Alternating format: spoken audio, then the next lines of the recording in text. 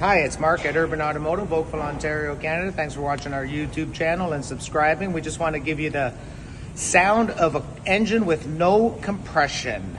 Here we go, crank it over.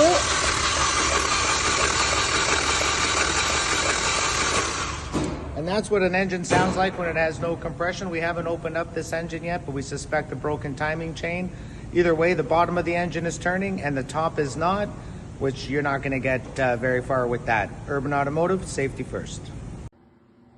Hi, it's Mark at Urban Automotive, Oakville, Ontario, Canada, back with the Buick with no compression. We've taken the valve cover off.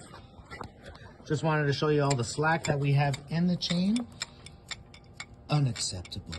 And we've also found that one of the rockers had popped off down in here. As you can see, it's broken.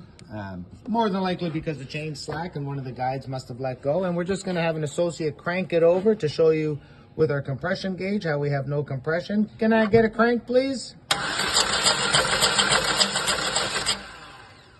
And there we go. This needs an engine.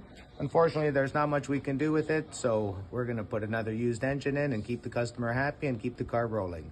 Thanks for subscribing, thanks for watching. Urban Automotive, safety first.